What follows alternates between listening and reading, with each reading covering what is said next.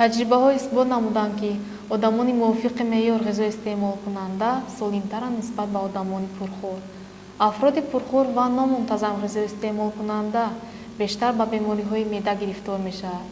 аз сухани дар боло зикршуда аллакай шумо пай бурдед, ки мавзӯи имрӯзаи барномаи мо чист? бале, мавзӯи имрӯзаи барномаи мо бемории захми меъда аст.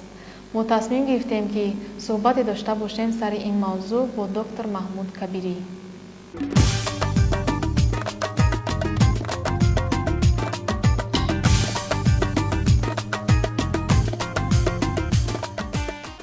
марҳамат карда мегуфтед, ки худи бемории захми меъда чист? вайроншавии қабати мушакии девори меъдаро захми меъда мегӯянд. ва пеш аз он ки инсон ба захми меъда гирифтор шавад, аввал аз тарафи майна назорати меъда нодуруст мешавад. ин дар ҳосилнокии шарбати ҳомӯзи кислотаи меъда ё каму зиёд мешавад, ё ин ки моторика, яъне ҳаракати худи меъда зарар мебинад, ки хӯрок каме истода деворро зарар мерасонад, ё ин ки дар натиҷаи таъсири механикӣ ягон чиз хӯрдан ё хӯрокҳои сахт, ки девори қабати луобии даруни меъдаро вайрон мекунанд ва аввал омос, яъне газаки меъда мешавад, ки инро гастрит мегӯянд. ва гастрит аз калимаи гастрос, яъне меъда ҳаст. ва ин ки дуру дароз давом мекунад ва дар худи ин қабати луобии меъда ки вайронӣ ки, яъне ки омос ё газак ки пайдо ки шуд, дар он ҷо микроби махсус мешинад, ки ин микробро микроби Helobacterus мегӯянд.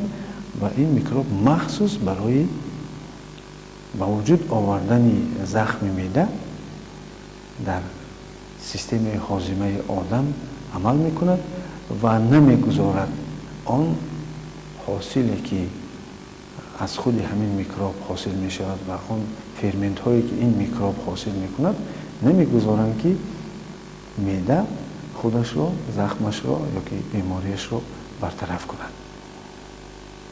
ва ин чанд вақт ки давом ки кард, захми меъда метавонад девори худи меъдаро сурух кунад, ки перфоратсия мегӯянд, ё ки метавонад ки ин бемории захми меъдаро бурда ба саратони меъда бирасонад. чунон ки гуфтем, сабаби асосии бемории меъдаро агар ҳозир дар шароити ҳозираи тиб микроби Helobacterus гӯянд, вале мо ҳарчанд ки ин ақидаро олими австралиягӣ исбот кард, ба ҳар ҳол мо боз нуқтаи назари худро дорем ба ин ки бемории масалан захми меъда на ҳама касал шуда метавонанд ва ин вобастагӣ дорад аз ҳолати асаби инсон ва ҳолати навъи. ва ин вобастагӣ дорад аз ҳолати асаби инсон ва аз навъи асаби инсон. масалан мо дар вуҷуди одамон мебинем ки микробҳои гуногун ҳаст, вале онҳо ба он бемориҳо гирифтор намешаванд. масалан дар ҳама микроби барангезонандаи сил ҳаст, вале ҳама касал намешаванд. дар ҳама масалан микроби барангезонандаи бемориҳои гуногуни инфексионӣ ҳаст, вале онҳо чаро бемор намешаванд? пас аз худи инсон ҳам вобастагӣ доштааст. тӯли ин ҳафта ба унвони барнома суол дархостҳои зиёде омаданд ва аз сабаби кам будани вақти ба барнома ҷудо шуда мо наметавонем ба ҳамаи суолҳо ҷавоби мушаххас гирифта бошем. аз ин рӯ мо суолҳоро вобаста ба мавзӯъ интихоб намудем. як нафар тамошобини мо ки аз ноҳияи шаҳри Нав мебошанд ба мо чунин суол карданд: баъд аз истеъмоли меваҷот ё ҷурӯҳот агар сер ҳам бошанд, дар меъдаам гуруснагӣ ва дардро ҳис мекунам. Сабаб дар чист? Сабабаш дар гастрит, воспаление ёки газак доштани меъда ҳаст. وقتی که حجیره های قبض لعابی معده ورم هستند و آنها هنگام خنک به آنها رسیدن درد پیدا می شود و حسیاتی سری را به معده سر نمی دهند چون که آنها کرخت می شوند. از همین حساب این آدم چنین حسیات دارد و برای همین معده خود را باید طبابت کند. یک نفر شهروندی ما از محله دیومی شهر فرسونزاده با نام نورالدین از ما میپرسد آیا بیماری زخم معده را به واسطه جراحی معالجه کردن ممکن است؟ البته دارو و درمان میتواند که به آن بیارد که زخم معده صحت شود، ولی متاسفانه باز بعد چند وقت این زخم معده پیدا می شود و جراحی هم میکنند، بعضی ها بریده میپرتایند. این هم متاسفانه نه همه بیماران رو خوشبخت کرده میتواند، چون که باز وقت ممکن است بیاید که باز این بیماری خروج کند. پس سبب در چی بوده است؟ سبب در فعالیت معده سر است. هر چیزی که ما در بدن داریم رسمش، آبرازش، تصویرش، نقشهش در معده سر هست. از آن جمله وقتی که آدم به بیماری معده گرفتار می شود، انگرام ها، یعنی که نقشه همین زخم در معده در مرکز معده کشیده شده است. تا ما همین نقشه رو از معده سر نگیریم با واسطه تاثیر روانی و انسان، زخم معده متاسفانه برهم نمیخورد. برای همین بغیر از اون که ما تقاوت‌های در دکتران و همکسبان ما تقاوت‌های تراپیوتی میکنن، بغیر از این ما تاثیراتی میرسونیم به معده سر که از معده سر انگرام نقشه بیماری رو بگیریم و در اون حالت ریشه کسل گم می شود و خود کسل خود به خود در معده برطرف می شود. یعنی به دارو و درمان البته امکاناتی طبابت کردن بیماری معده هست.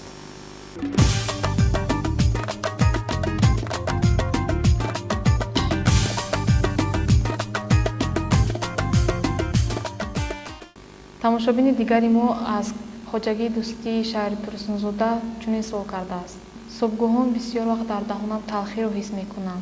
оё ин беморист? талхӣ дар даҳон ин аломати бемории ҷигар ва талха аст. чунки дар ҷигар зарда ҳосил мешавад ва дар талха ҷамъ мешавад ва барои ҳал кардани равғани хӯрок ба меъдаи дувоздаангушта рехта мешавад.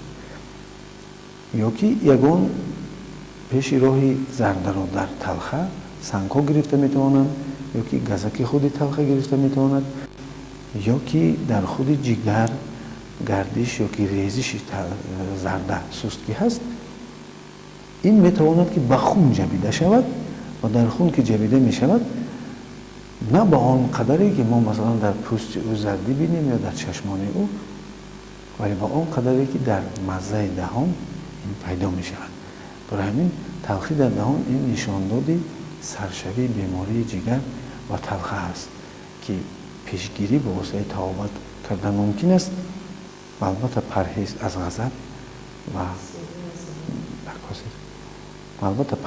از غضب و خشم کردن لازم است که این دو حالت روانی با فعالیت جگر و تلخه تاثیر منفی می‌رساند.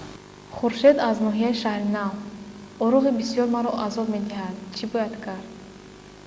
برای آن که ما فهمیم که معده چطور کار می‌کند، تصور کنید فورتپیانو رو و ببینید که نه هر کس می‌تواند که در فورتپیانو که موسیقی نوازد و کاری معده و کاری روده‌ها و کاری سرخ روده یک نظم خود را دارد و هر عضو در سرشت ما محیط خود را دارد. مثلا محیط معده هوموس کسلتا دارد، محیط گویم روده ها دیگر هست، شیلج دارد و وقتی که بعضی میکروب هایی که در روده ها هستند و آنها در معده شرایط زیست پیدا میکنند از حساب کمی هوموس کسلتای معده که گیپواتسیدنی گاستریت، یعنی гастрити бо пастии кислотност, яъне ҳомӯзӣ мегӯянд.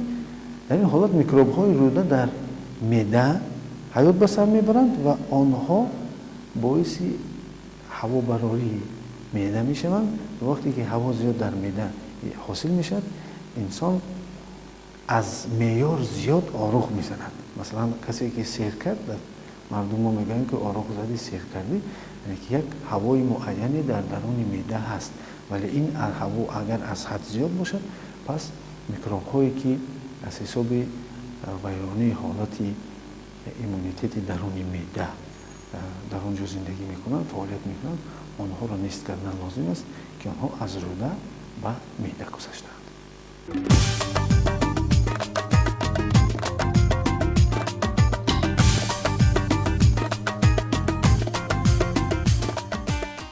чор чиз метавонанд ки инсонро ба бемории захми меъда гирифтор кунанд. якум ин албатта микроб ва қувватнокию вайронкории микроби ҳелобактерист ки дар меъда ҷо мегирад.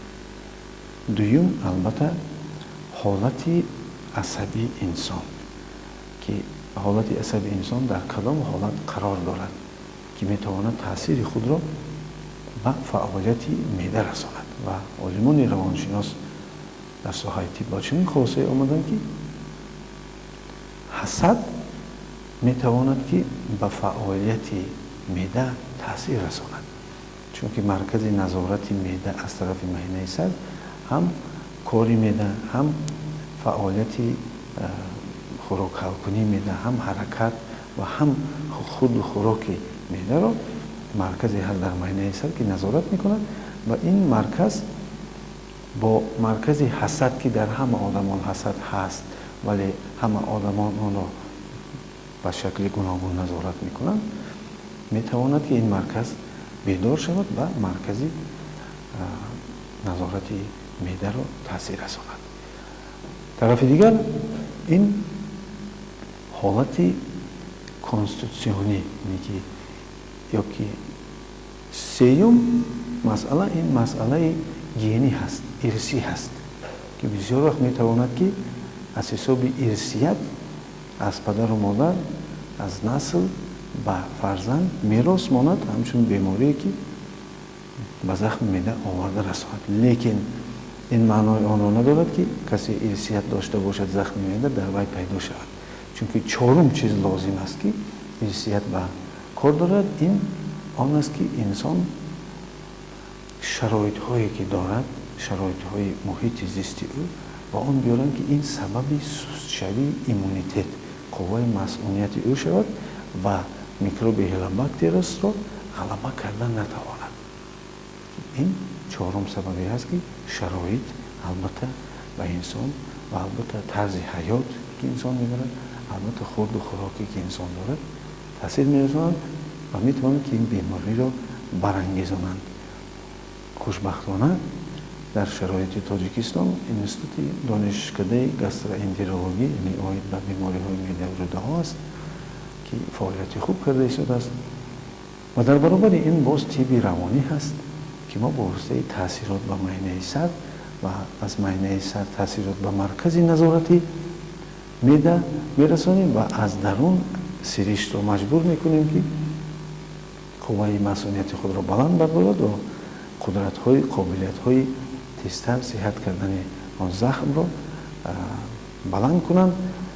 дар он таоботе ки мо мегузаронем, хушбахтона мо гуфта метавонем бо сари баланд ки қариб 100% одамони бо чунин беморӣ гирифта таобат мешаванд.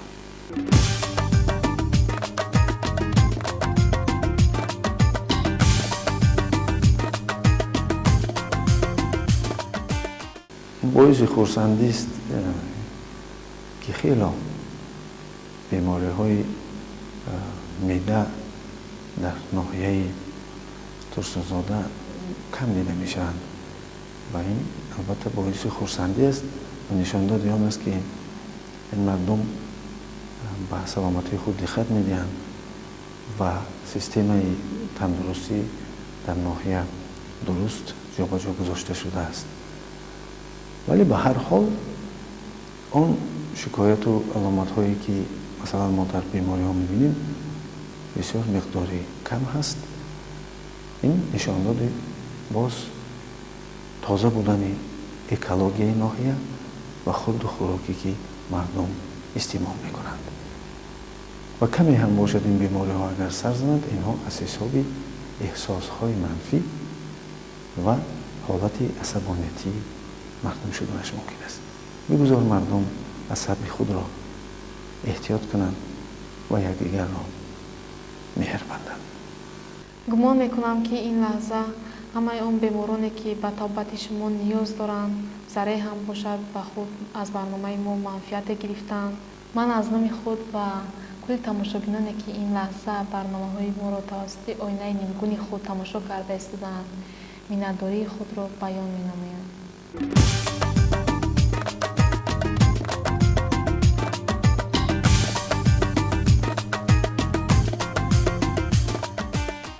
муҳаққиқони соҳа исбот намуданд, ки сабаби пайдоиши аксари бемориҳои захми меъда аз асабоният, ки ба он шомил мешаванд хислатҳои бади инсонӣ, бадхоҳи асабоният, мағрурӣ ва хислатҳои бади дигари инсонӣ.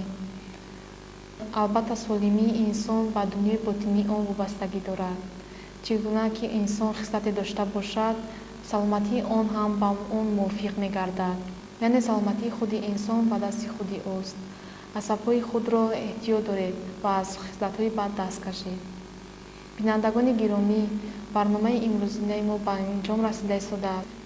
ёдовар мешавем сарпарасти барномаи шаҳри солимӣ ҷамъияти дорои масъулияташ маҳдуди хаёмсинон ба омада доранд. шумо метавонед суол дархостҳои худро тавассути нома оиди ба мавзӯи ояндаи барномаи мо ки бемории радикулит ва остеохондроз мебошад, ба нуқтаҳои қабули таманно ирсол намоед. хайр, то барномаҳои оянда, тансиҳату хунобод бошед.